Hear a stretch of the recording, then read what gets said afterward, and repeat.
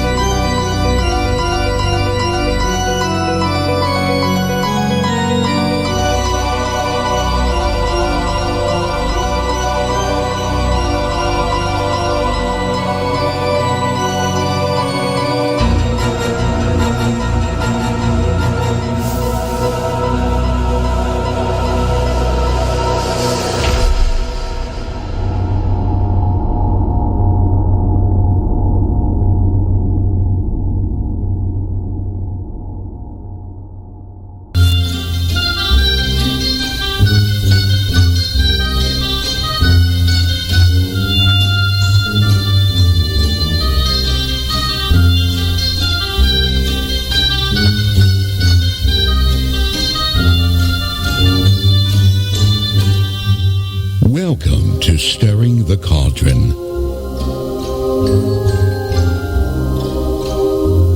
Now, here's your host, Marla Brooks. Merry meet everybody, and welcome to Stirring the Cauldron here on the Para-X Radio Network. It was Welcome, a track off Midnight Syndicate's Gates of Delirium CD that you were listening to just now, and the entire CD takes listeners on a musical journey into the macabre world of the fictional Havergast Asylum. And that fits right in with my guests tonight, authors Richard Estep and Cami Andersen, whose new book, The Haunting of Asylum 49, just happens to be about a very macabre and very real haunted asylum just outside Salt Lake City, Utah. Now, Richard is a paramedic and volunteer firefighter by day, and he spent the past 20 years investigating claims of the paranormal on both sides of the Atlantic, and he spent time in some of the most haunted places of the world. Regular listeners to my show might remember him joining us several months ago talking about his book, The World's Most Haunted Hospitals. And for all of you who asked to have him back on, and there were several, your request has been answered. And also joining us tonight, Cami Andersen is the owner of the old Toole Valley Hospital, also known as Asylum 49. She's been investigating claims of the paranormal activity in homes and businesses across Utah State for more than a decade, while continuing her research into the mysteries of the spirits of Asylum 49. And that sounds so creepy, and it really is. And hey, guys, thank you for joining me tonight. It's a pleasure. Thanks for inviting us. Yeah, we've got an old timer and a new timer here, so this is good. Trial by fire, Cami. Although it's really not. I'm up. It's not quite that bad. But, let's get started by talking about a little bit of the background on Asylum 49. I mean, its history, why the hospital shut down and when, and how you, Cami, and your husband became the owners. And, when did it start? When did it go from the old Toole Valley Hospital to Asylum 49? Well, to start out with some of the history, construction on the hospital started in 1949, and the building opened in 1953, and it ran up as the community hospital until about 2003, where a nursing home purchased the building and set up shop in there. Shortly after that, we came in and decided we wanted to run a haunted hospital for the Halloween season, and that's kind of how we began there. It's a good start. So it closed when? About 2003. Because? Because of the population increase in the area. It just got outdated and needed to be expanded, and the area that the hospital is in, we couldn't expand, so we just built a brand new one and shut the old one down for the community hospital. Mm-hmm. Well, you can build new buildings and shut old ones, but the spirits are still going to be there. So it is true. So that's the cool part. And Richard, how did you find out about it? And how many times have you been over there investigating? Well, I was writing a book called The World's Most Haunted Hospitals, which we talked about before on your show, and Asylum 49 was one of those hospitals. And I felt, based on the research that I'd done into the archives there of the EVPs and photographs and eyewitness testimony, that there was a much deeper and broader story to be told than I could fit into one chapter of a book. So I've investigated there twice. I moved in there for a week last year, and I'm due to go back Halloween this year for another 5 days and nights. Mm-hmm. You like sleeping in haunted places, because we were just talking about the witch jail and stuff that you spent some time at, and the destroyer you're going to be spending time at. So this is very cool. Well, I mean, thinking about investigation, when we investigate overnight, sometimes investigators will 6 hours, 8 hours, something along those lines, and it's really not long enough to get to know the building, to get to know its quirks, to get to know how sound travels, the drafts. I think you really need to live in a place and experience it over a number of days in order to know what's normal before you can start identifying what's abnormal. Makes good sense, and it's true. All right, so this question really begs to be asked. Why are there 2 ambulances permanently stationed outside in the parking lot, and who mans them? Okay, so that is actually the helicopter pad, and those 2 ambulances are our ticket booths. So when you go through the haunted house, that's where you would purchase your tickets. Mm-hmm. Well, stories of the hospital itself would kind of lend themselves to the fact that there might often be the necessity of an ambulance out in front, too. Yeah, absolutely. Because that is a very, very haunted location. Cami, did you and your husband purchase the property because it was haunted, like, the owners of Waverly Hills, for example, or did you buy it for another reason and then get a big surprise? Well, we bought it for another reason and got a big surprise. My husband, Kim, he has been in the haunt industry, the haunted house business, for years, about 25 years, since he was a teenager. Mm-hmm. And it really helped him out as a teenager and growing up. And he always told himself that if he ever found a business or a building that had good potential for a haunted house attraction, he would put a haunted house in it. And mm-hmm.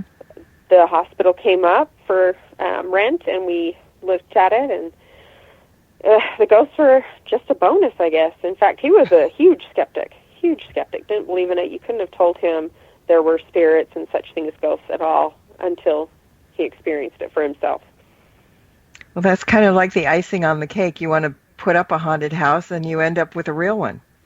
Yeah, it really scared him at first. I guess when he was walking through, somebody tugged on his shorts, and that scared him because he knew nobody was around and didn't know what to make of it and where he didn't believe. And spirits, he didn't know how to react and had to really reassess his belief system. It's those wake-up calls that are so interesting, and how you deal with them and how you take them. Richard, when you went the first time, were you immediately seeing things and feeling things, like one of those places that you walk in very seldom, but immediately when you do, it's active? Nope. that would have been a great story, wouldn't it? Yes. So I will tell you this, that when I arrived, it was we'd just driven all the way out from Colorado. It was a dark and stormy night, which is perfect. Yes. There were ominous thunderclouds gathering over the hospital, and I walked inside. There was nobody there, and I just looked down the main hallway, and I saw all this blood splattered all over the place, and I was like, there are horror movies that start like this. I've seen a whole bunch of them. But actually, it was a very, very quiet night for us. And that turned out to be because we'd gone off-season. We'd gone in the spring when there are very few people in the old hospital. There are one or two volunteers that are working on things, and projects and so forth. But for the most part, it was pretty empty. It was when I went back over the Halloween period, when we had tens of thousands of people going through there, as they do every year, that things started to get very, very intense. Mm-hmm. And it's not just a few paranormal people who've encountered ghosts there. I was reading that over the years, you say that hundreds of staff members and customers as well have encountered them firsthand. Which is cool. Yeah. Go ahead, Marla. No, I was just saying it's very cool because the more you get validation, the better it is. Right. We've had a lot of people come through and do their own investigations and have gotten their own evidence that they've shared with us. So we have a lot of EVPs and photographs and video. But along with that, too, we've had some of the old staff that used to work there when it was an up-and-running hospital tell us stories about some experiences that they have. And there's been some that have had exactly the same experiences or seen the exact same spirits that we have. So it's been going on long before we even walked in the doors. Mm-hmm. Yeah, well, okay, so I read that there was a nursing home connected to the rear of the hospital and a cemetery right next door. So right there and then, you're thinking, well, maybe those who are buried in the cemetery and those who died in the nursing home might be the ones that are haunting it. It could be either or, but with anything, it could be something that goes back even farther. Have you been able to establish any of the identities of the spirits by name and then checking out maybe the tombstone in the graveyard or something? We haven't found tombstones that have had any of the spirits' names on them that we've interacted with. Not at the Tooele Cemetery, but we have found some of the spirits in history, and as having been either residents or staff members at the hospital. Mm-hmm. We've also seen, we've had a few people see what looks like Native Americans there as well. So there's a long list of, from one end of the spectrum to the next, of people who could be haunting it. Yeah, I was, again, reading on the grounds long before there was something else on the land, like the late 19th century, around the 19th century. It was home to a Native American tribe. And apparently it wasn't all lollipops and roses when the Latter-day Saints emigrated to the group. And things got a little bloodsheddy after a while. And that in itself could account for the hauntings. So let's talk about some of the more prominent and known spirits. And are there any Native American spirits that are there kind of on a regular basis that you know of? Not that I know of. We really only have sightings of them. I would like to, if there's definitely some there, I'd like to have more conversations with them. But we did have one night somebody left a recorder in the hospital and forgot it after they'd done an investigation. And when they got it back, after they had left and the lights were turned out, or turned on in this case, and the doors locked, they caught drumming on their recorders. Oh, now that's... Yeah, it was very interesting. You know, most people think of ghosts and hauntings being from way back when, but Richard, there are some spirits that are much more contemporary than some of the others, are there not? There are indeed some that are fairly recent that are employees, like Peter Hansford, who was an X-ray technician there at the asylum, who made his name known during a very clear Class A EVP, and the owners of the asylum were able to track down Peter's family and validate that particular EVP and his identity. Wow. And I read something about a doctor as well? That's right. According to, well, I don't want to say legend, but so the story's going, Cami can speak to this, there is an emergency room doctor who is very regimented and very insistent upon things being done his way. He's been seen in what was the old ER. Mm-hmm. Right, Cami? Yes, there's been a few sightings of him. I myself have seen him full-fledged in surgery garb and everything. It looks like he was getting ready to perform surgery, and he was looking on over one of the hospital beds as if he was observing a patient. And a lot of our cast members who have been in that area during the haunted house have seen him as well, doing the same thing, and some of them have even been the ones he's been observing. So, okay, that brings a thought into my head. So he's kind of doing the same thing all the time, correct? I mean, generally? Pretty similar to the same thing. That's kind of what he, his MO is he's just being, a doctor. And it would make me think he could be residual.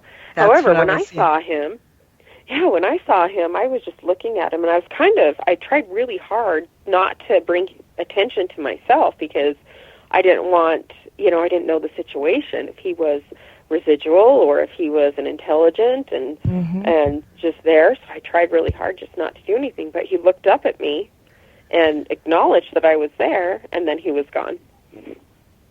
So do you, all you guys, when you go on investigations, Richard, and you're investigating, Cami, do you take mediums in sometimes to try and speak to the spirits, or do you try to interact with them individually? Well, yes, we do. Oh, go ahead, Richard. No, Cami, ladies first. Go ahead. Okay. Yeah, we do use all means that are available to us. I wouldn't cross anything off the list as far as possibilities at all. But we do have mediums that come through. We have some that are with us frequently, some that just visit, and then we use our own intuition, our own feelings, and also equipment. What kind of equipment do you have? Because some people think that the human being, we are the best equipment because of feeling and emotion and all that. Others think, well, let's get a medium in. Some people, use all the newest. It's hard to keep up with the new stuff, for sure. It is. So what kind of stuff do you guys use?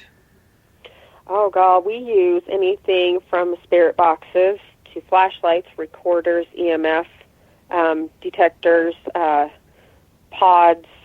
God, you name it, we'll use it. But like you said, you have to be very careful, in my opinion, not to just completely rely on your equipment to give you what's going on in the area. Yeah. Richard, what about EVPs? I mean, you just said you had a very clear one from the one, the X-ray tech. Do you get quite a few Class A's, and are they very willing to talk to you? I think that you do find not only good clear EVPs there, but also spirit box sessions tend to do very well. So you can get some real-time interaction if you're using an SB7 or an SB11 spirit box, which certainly happened to us and wasn't the most positive experience in terms of what messages we were receiving. Some of them actually became a little verbally abusive. But yeah, for sure we were getting some good results. But I do like what you said about the human body being an excellent detector, because that's very, very true. And a technique that I learned from an investigator there called Tyson Lemon is known as the human pendulum, where I don't know if you're familiar with this, but you invite any entities present to manipulate the body of one of the investigators to answer yes or no questions. No, there are people that go out there and speaking, because this is kind of like, letting the spirit kind of enter and hang out. But there are a lot of people who, on investigations, will do a great deal of protection. There are other people who will say, nope, God will protect me. I don't need to do any more than that. I mean, it runs the gamut, and some just say, hey, hell, I'm fine. I don't need any protection. Do you guys do protection? Do you do prayer of any kind, or wear amulets or medals or anything? Speaking personally, I did not do that for 19 years, and then just last year I began to get a little bit more open-minded about it because something came home with me, and whether it was from the asylum or one of the other haunted locations, I don't know. But my suspicion is it was the asylum, purely because the incidents happened at Christmas, and the asylum was the last location I visited, and it was the one that I'd been there for the most time. So ever since then, I'm a little bit more insistent that nothing may follow me home. Nothing, any entities present must stay where they are. I'm respectful, and I thank them for their interaction, but I'm very clear about that. Yeah, you definitely have to be. Every time I've gone out, it's like, no hitchhikers. You stay here. You don't full on following me, because I had one follow me home too once before I started saying that, and it's like, no, can't deal with it. What kind of stuff was it doing to you in the house? Well, the first, and I'm just going to talk about this because the folks in the chat room, Patty and Kate, are asking about it. So, hey, guys, shout out to you. A friend of mine who's a paranormal investigator, Cami's friend also, Stephen Wiedner, happens to be a Catholic priest as well as a professional cellist. He's a very interesting cat. And I said, Stephen, I'm an agnostic, but would you do me a favor? We've seen shadow figures around the house.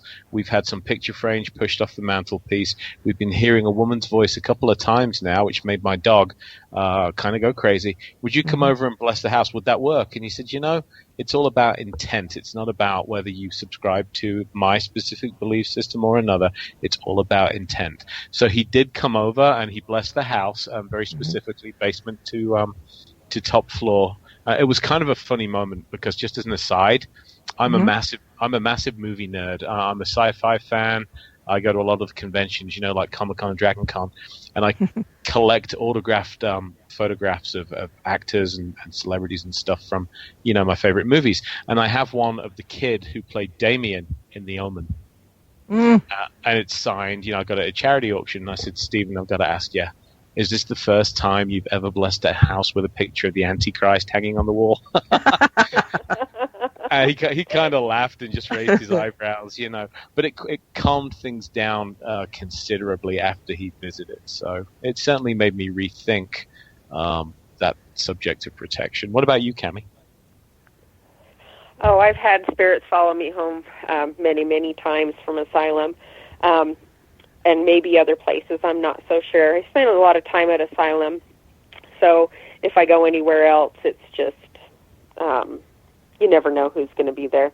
But I do use things as protection. I've been given stones and used stones for that kind of thing, and I've been given an oak from Ireland that was like a little necklace that was blessed by a druid, just things like that I do use. And I think that a lot of it is your own intent, but if you have something tangible that you can hold on to, I think that it does help out as well. They say if you believe in it, it will work for you, whatever it is. Right. So, right. I walk around with a pentagram on, but it's like a pagan St. Christopher medal, basically. And I feel better with it on than not. So. Right. And usually I just have to tell them if it's from asylum, go home. I'll come back and visit you, because they do consider the hospital their home. So I just tell them to go home. And generally they do pretty good about that. And but they do startle you in the middle of the night if you wake up and they're standing next to your bed. Yeah, that's not a whole lot of fun. And I found with the one I had and people I've talked to that sometimes that something's followed you home, not by your own knowledge right at first, but they seem to mess with the animals, with our kids, the fur kids and the flying kids. And that's the one I got really annoyed at, because at the time I had an elderly cockatiel. And he was a little tough guy all the time, but that thing came in the house, and it was like this big black, you could see it walk by, and it's like this tall black, not a shadow person, but just a black shape. And it got to the point that I couldn't turn off the lights at night. The birds started freaking so bad. Yeah. And, the cats were hissing, and I finally, I'm sitting there yelling, "Don't you dare do this to my animals. Get the hell," I was just really freaking out because it was, that was a bad one to get rid of. But I noticed that usually they do kind of, and the animals are more sensitive to it, I guess, than we are to begin with. And I think maybe that's why they do that, to kind of get our attention by messing with the furry ones. So. Yeah, they do that sometimes. Mm-hmm. So who are some of the regular spirits there that you all know really well? Well, we have a few of those, actually. We have some that are passerbys and just show up from time to time, but some of the regular ones we have are Wesley, and he is at the end of the maternity hall in room 6, and he was we actually were able to find him in history through a cast member who verified him as being a grandfather that had been divorced from the family. But he actually lived in room 6, and he died of complications with Alzheimer's. But when he crossed, he brought the disease with him. So, he's kind of one that's a little bit hard to deal with if you catch him on a bad day. And then we have a few kids. We have Sarah and Thomas and Jessica and Christian. We have a spirit named Jeremy who died in a fire. Oh, boy, what are the other ones that we have, Richard? I know that one of them you came in contact with directly. Oh, that would be, do you mean Jessica? Yeah. Oh, that's a great story, but also you could be referring to The Guardian. I came into contact with a couple of them, didn't I? Yeah, you did. I was like, I just remember that. I'm like, oh, he had a couple interactions. Well, I was going to ask you about The Guardian, but I want to hear about Jessica. So the story of Jessica is that I did not know what I was looking at the time. My first night of investigation there was Halloween night, and I'd wanted to get involved with the haunt itself. So the Andersons and Dusty and the guys that own the asylum very kindly said, "Hey, if you want to come play, let's get you outfitted." So I went as a zombie firefighter, which was just a dream come true. I used some old turnout gear that I had, and we splashed it in blood, and I got made up. It was terrific. And so I spent the evening kind of wandering around, helping, it's a full contact haunted house, so we were grabbing people and throwing them into the darkness. It was a lot of fun. And right before we closed, about 11 o'clock at night, I said, "Hey, is it cool if I go through like a customer would just so I can get the experience?" And they said, "Sure." So I took off my jacket and helmet, and I went through and had a great time. You haven't lived until you've been chased by a clown with a chainsaw, for sure. It was pretty interesting. And I went through and I entered this area of the main hallway where they have what looks like a kind of monstrous big guy in dungarees, really long hair. He's holding a shotgun, which he shoots at you, but of course it's compressed air. It just makes a very loud bang. Mm-hmm. But wow, did I find out what shirt tails were for when that happened. Anyway, there is a lady was being pulled into that room by a young girl, a young blonde girl, maybe 7 or 8, I think. And she had on a dress, like an old, maybe little Red Riding Hood kind of dress, that kind of thing. And I thought, wow, they have some very young performers here. Because I know they have teenagers, 12, 13, 14-year-olds. But I thought, wow, that's the youngest person I've seen. And this lady did not want to go in, and the young girl was kind of laughing at her, giggling and dragging her along by pulling the front of her shirt. And I thought nothing of it until I got out, and I told the Andersons, I said, "Hey, I saw this young girl. She was you should give that girl a raise. She was pulling this lady through. She did not want to come through." And they looked at me and said, "We don't have anybody like that here on the staff." And I just looked at them and just to make sure they weren't, kind of making a joke at my expense. And I said, "Well, it's obvious what happened. That had to be somebody's child, one of the customers. She was dragging her mom through." And they said, "No, we're a full contact haunted house with a pretty horrific theme. We don't have 7 and 8-year-old kids come through as customers, it wouldn't be that appropriate. And it turned out that I had witnessed one of the resident child spirits of the asylum, who's most active when the haunt is going on. Very cool. I don't know if you saw this, but Sherry in the chat room asked a question. Does anyone ever, or maybe has anyone ever been assaulted? Do anyone ever assault the haunted house actors? Okay, I got it. Oh, do they assault them? Yeah, actually, one of the big things that we teach our cast is that a lot of people's first reactions to being scared is to throw punches or fling their arms or things like that. And so they're trained to be very observant and watch out for those kind of people. Richard knows this very well. He's one of those punchers. Yeah, I would never live this down. They were watching me on the security cameras, I guess, as I went through, and there were one or two, pucker moments, I guess we would call them. He's got some pretty good moves there, you know. You have to be really careful to be an actor there, because you might just get knocked to the ground and stop. Well, and they're very skilled. I mean, I was working when I was working in the lobby, I was working for some of the younger performers, and this one girl, I thought for a moment that she was maybe 40 years old and just really short. Turned out that she was, 13 or 14, Cami? And she was playing this kind of demonic nurse, and I watched her intimidate 30-year-old, 300-pound, muscle-bound guys. I would watch her glide towards them, and they would hide behind their wives and girlfriends, like using them as human shields, you know. So, yeah, they have some very strong performers there indeed. Oh, that sounds so neat. So both of you, tell me about the secret room. The secret of room 666, and is that the real room number, or is what goes on in there so evil it got nicknamed that for a good reason? It is actually just room 6, but it did get named room 666. That's where Wesley resides, but there are other things there that we aren't really sure what they are. There have been some very large black masses seen there, and some just very interesting interactions with some of the spirits down in that area. Do you guys believe that perhaps they're not all spirits that are there? I mean, do you believe in elementals and things like that? I absolutely do. In fact, I've witnessed a few things that would be categorized in that area.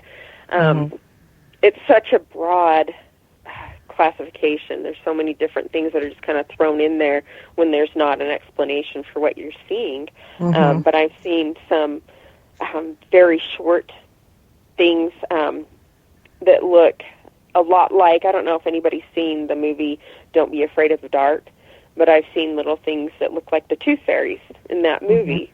And some very, very large things, and some things that crawl.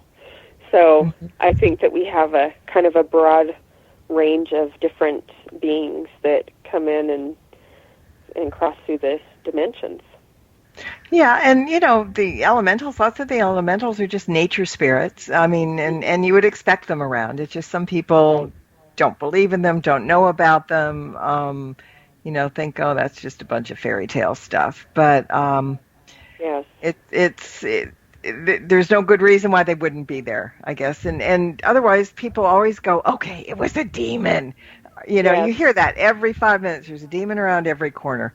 I'm sure there are demonics that are around, but I don't think that they are as frequent as some people think they might be. But right, I don't think so either. Richard, what do you think about that? I think that you have to be very careful because it's very tempting. I think we jump to the word demonic far too easily these days, and I blame Hollywood and I blame TV for that. Yep. Because let's be honest, it is great for ratings, isn't it? And there are some investigators that won't. Good Lord, they cannot go to a location without sensing something dark and demonic. And I prefer to think that I'm open to the possibility of there being non-human entities that have not been the spirits of human beings. I think that's entirely possible. It's certainly no less conceivable than life after death or any of 100 other things that I think are potentially possible. I don't like the word demon, though. I think it has baggage. Yeah. Yeah. And lots of, I was looking, lots of the current ghost shows have been there taping and have had adventures. But, you know, with those, you don't know how true they are. But it seems to be like a hotbed or a good magnet for anybody to come up there, you know, all the show people, and come up and shoot there, like you're talking about Zach Bagans in the chat room or whatever. But you've had quite a bit of coverage on TV, haven't you? Yeah, we have. We've had My Ghost Story come out, and we've had Ghost Adventures come out and film at the hospital and do investigations. And we've had a lot of podcasts and YouTube channels and things like that do investigations as well. Yeah. It's kind of a hotbed for a lot of different reasons. But, Richard, I want to hear about The Guardian, because you referred to The Guardian as the one true villain. I think that's true. Sorry, I was just answering the question in the chat room. I think that The Guardian is, every good story needs a villain, right? And in this case, I think The Guardian is renowned as being a bully. He definitely oppresses and abuses female staff members, volunteers, and visitors to Asylum 49, although he's gotten his fair share of attacks in on some of the males too. And I was a bullied kid. I don't like bullies, never have, never will. So I naturally was drawn to him. And we had our own little showdown in the mirror maze, and which is his part of the hospital. Do tell, what happened? Well, there was myself, Sean Rice, and the resident psychic, a lady called Misty, and we had to talk her into taking us into his part of the hospital. See, the old part of the hospital is where he tends to be most kind of active. You have a mirror maze in there, and you have a sightless maze that's all black trash bags and a whole bunch of stuff like that. So there's a big sightless component to his area. And and she said, you know, I really don't like going over there at all. He tends to prey on female visitors or female staff members, and he likes to intimidate. He's that kind of personality. And I said, so let's go get him. And we did. And you know, we went over into his area, and she said, yeah, he's definitely around. I didn't see or sense anything. And she said, you know, he really doesn't like you, Richard. He doesn't like your personality. And I'm like, great. Him and my ex-wife both. And she said, no, it's because you're kind of like an alpha male, you know, you're not cowed by him, you're not intimidated by him, you're not afraid to come into his area, and he's standing right in front of you, and he's screaming obscenities at you, you just can't see him. So I thought, well, this is kind of odd, but nobody gets to do that to me. And I started kind of having this verbal altercation with him and told him exactly what I thought of someone who would behave in the way that he did, attacking females within that part of the asylum. And she said he's kind of leaving. He's running away with his tail between his legs.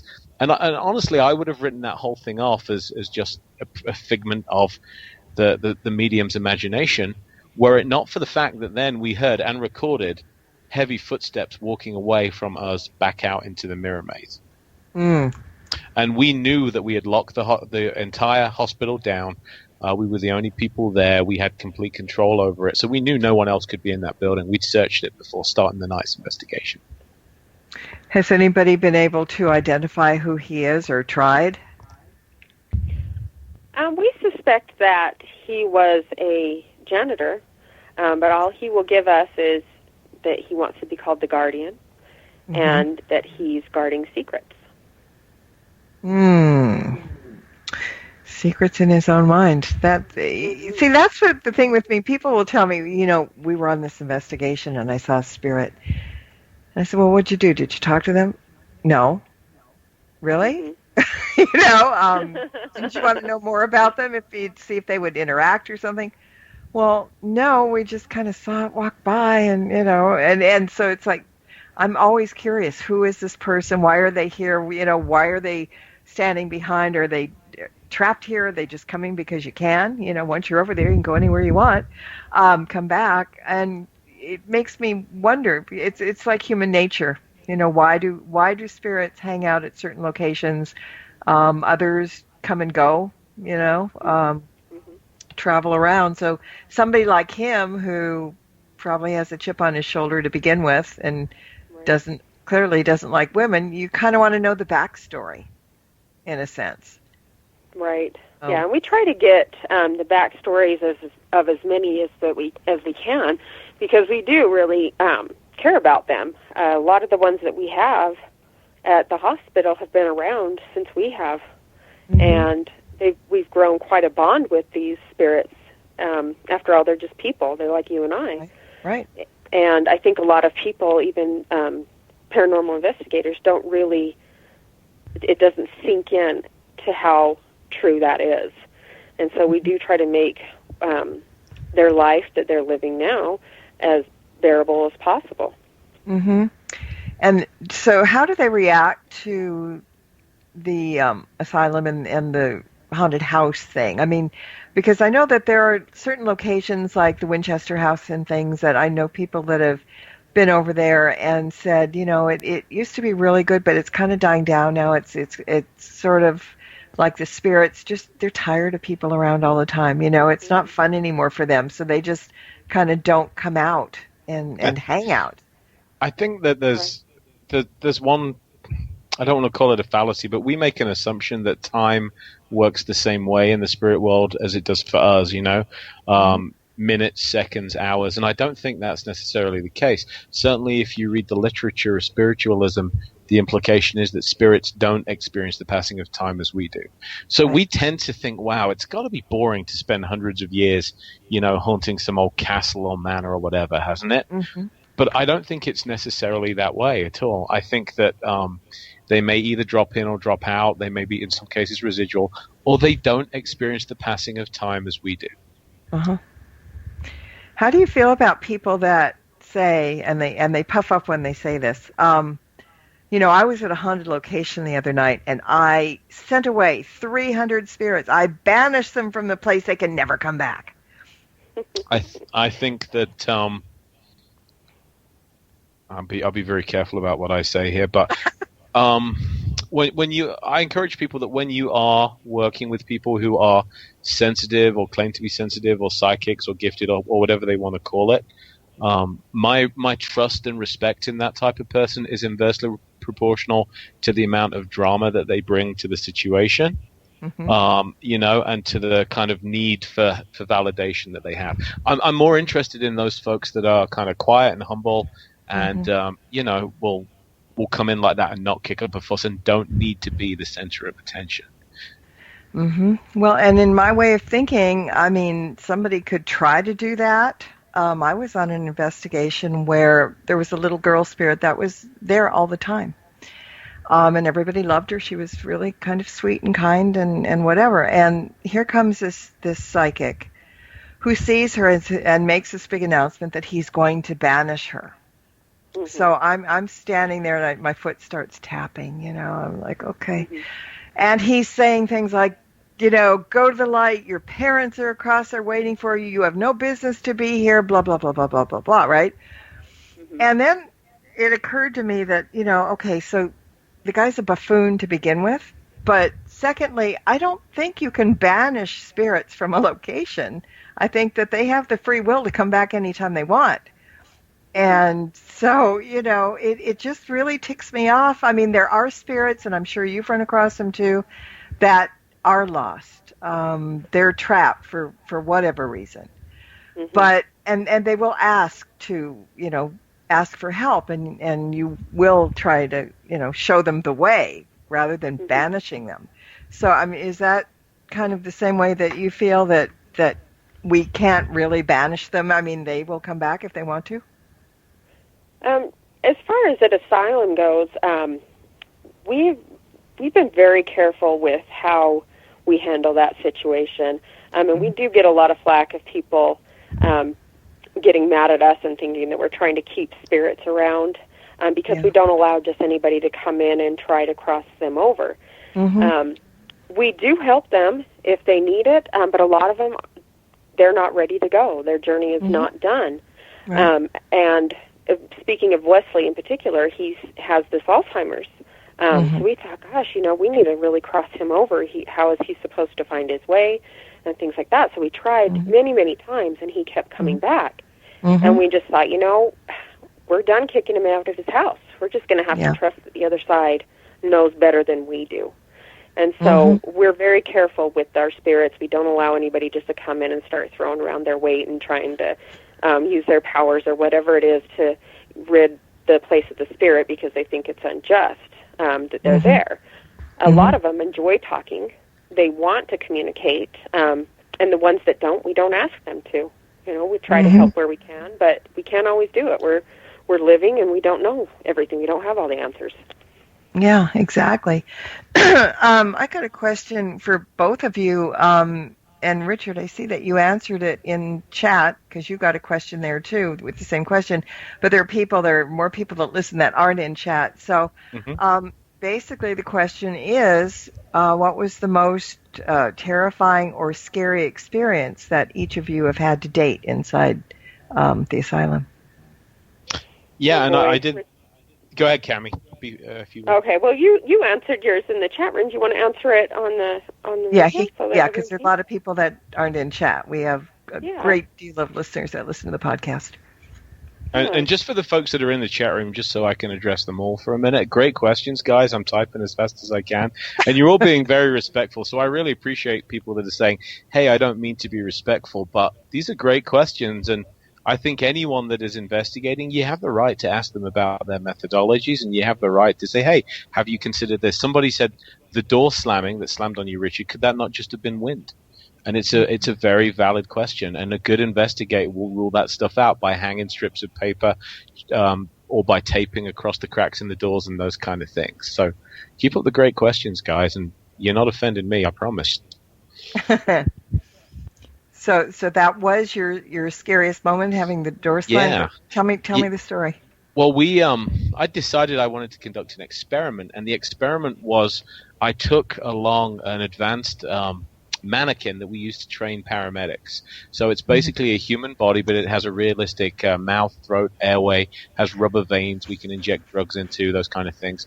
And we took along a complete medical kit, and some of my colleagues were paramedics, and registered nurses, as well as paranormal investigators. And what I wanted to do, although I don't like to provoke, except in rare occasions, like The Guardian would be a good example, I believe in being as respectful as possible. But I do think you can stimulate certain activity, and I know investigators that will put on period clothing. So if they're investigating, let's say, a Civil War location, they'll put on an Army of Northern Virginia uniform, or a Confederacy uniform, and see if that stimulates things. And I thought, well, how many cardiac arrests were treated in this emergency room, and what if we did it ourselves? So we had a couple of my investigators act as EMTs, and they would bring in this mannequin, this dummy, on a backboard, and we ran a full cardiac arrest simulation. We really defibrillated him with a real defibrillator we brought. We pushed drugs into his veins, expired drugs, must add. We put breathing tubes in, those kind of things. And we'd been told that this doctor was very regimented, that it was his way or the highway. And so I said, the first thing we should probably do is run this badly. We should run this like the Keystone Cops. If it can go wrong, it should go wrong. Because if he's the kind of person that doesn't tolerate failure, I'm willing to bet we might get a response. So we would get IV lines pulled out by mistake. We would give the wrong doses of drugs. We would put in tubes the wrong way. I mean, if we could mess it up, we messed it up. And at the end of it all, I made sure that I was playing the role of the emergency room physician, and I was being a real prima donna, and I was yelling at my nurses, and they were starting to yell back at me. And this was all prearranged, I'd hasten to add. No one actually lost their temper. But we pronounced the patient dead, and I threw down the stethoscope, and I kind of slammed out through the double doors. And I thought we did a good job. Let's see if we detected any good EVPs. Because we had the whole room wired for sound, and wired for video. And I said, guys, let's take a 10-minute break. I need to go grab my radio and get a soda from the security room, which is where all of the monitors for the in-house CCTV cameras are. And I walked down this long corridor, and at Asylum 49, they chock open the doors with these wedges, either wood or plastic, because you don't want doors slamming on your customers. It's a bad thing. And so all of the doors in the main corridor have been chocked open. They've been like that for weeks. And I picked up my radio from the security room. I came back, and just as I was maybe 10 feet away from the entrance to the emergency room, I passed through a door, and it slammed violently behind me into its frame. And I jumped halfway out of my skin. And I looked down. I was like, what happened to the wedge, to the chock? Because it had been there when I walked down to the security room. Mm-hmm. And it had been removed. It had been tossed away a few feet away from the door. And then that door had slammed violently behind me. Wow. And one of the medics with me was my boss, Jennifer, and she said, I've seen you. I've worked with you on life and death situations, and I've never seen you this pale. It's like this. You look genuinely scared. And there was a definite feeling of having been targeted, that I'd gotten on the bad side of somebody by acting in the way of, that way of the physician. Did you get any EVP that might have been the doctor commenting? We didn't. And it's kind of an interesting assumption that it was the doctor at all, because in that same stretch of the hospital, there is also reputed to be the spirit of a nurse. And she acts kind of like a traffic cop. She's supposed to help the souls of the asylum get to where they need to go, whether it's to cross over or to get to a certain location. And her name is Maria. Cami can tell you a little bit more about her. But I also think that her being a nurse, and with me having played the role of someone who was very derogatory to the nursing staff, I do wonder if she didn't say, hey, I suggest you show a little respect to the nurses, Mr. Doctor Man. Yeah, that makes good sense. Absolutely good sense. Cami, what was your most harrowing experience? Oh, boy. Well, I've had a lot of experiences over the years, and I think that what frightens me changes as I experience things, where once it would have been watching the creatures crawl along the walls or the ceiling, and then other times it would have been somebody jumping out and, a shadow jumping out and startling me on purpose, because they do that. They're comical at times. But I think the most startling one, and probably because I'd never experienced anything like this before, was last year when I was cutting large sheets of plastic that make up our plastic maze. And I was in this area. It was fairly dark. The plastic was blocking out the light, so I couldn't see. And I just had one of our security doors propped open so that I had a small stream of light coming through. And I kept feeling something touching my back, and I thought, this is pretty typical. I'm a little bit nervous at this point, but I'll just keep working because we've got to coexist. I've got to get this done, and I just kept working. I guess that wasn't a good enough response because whoever was in that area at the time decided to push me side to side as if I was playing that game London Bridges with some friends, and that was a little bit startling because I'd never been touched in that way. I've had people touch me or hold my hand or sit on my lap, things like that, but that was definitely the most violent that I've experienced. Yeah, that would be. So tell us a little bit about the haunted house, when it's on, and all the good stuff there, in case people would like to pay a visit. All right. Well, we actually open tomorrow night for the season. Good timing. Okay. Yeah, yeah. It's time. We're busy at work, getting ready to open, but it opens tomorrow. We run Tuesday through Thursday from 7 p.m. to 10 p.m. Friday and Saturday from 7 p.m. to midnight, and we are closed Sundays and Mondays. And where can people go to find out about it? To either, because you also have investigations there that people can reserve time for or sign up for? Or?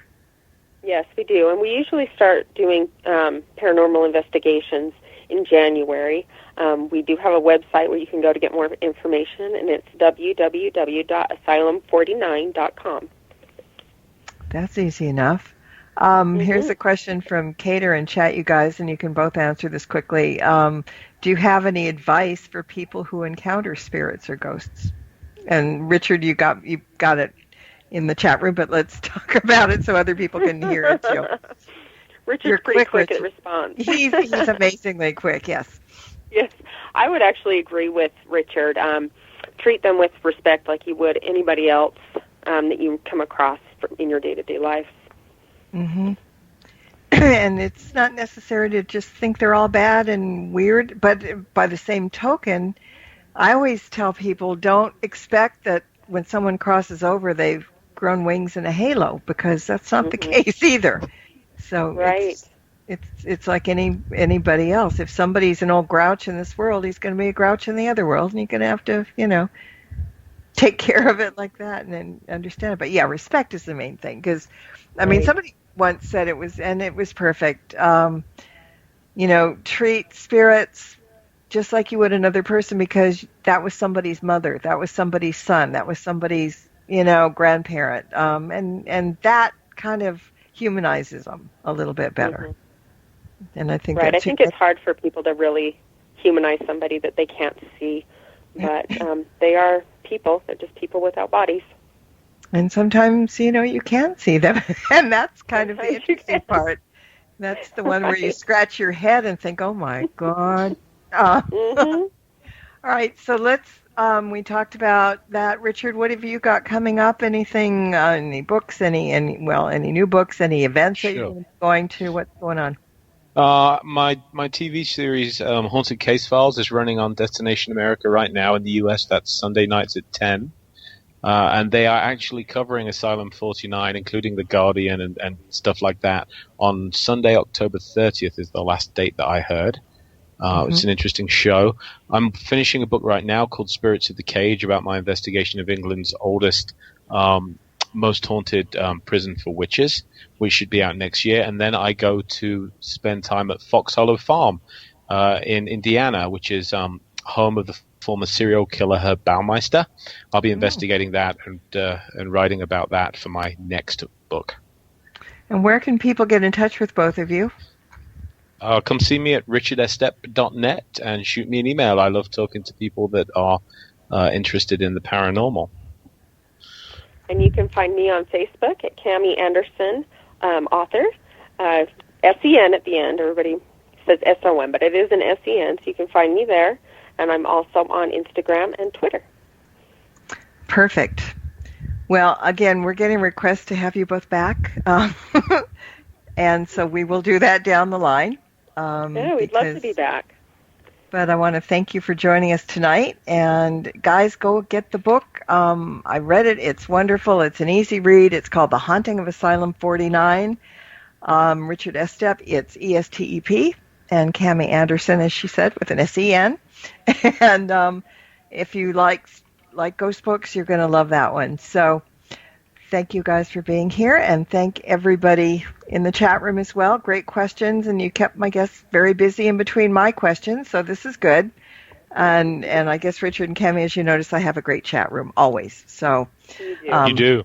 That's a good thing. So anyway, everybody, blessed be, and merry meet again. Good night.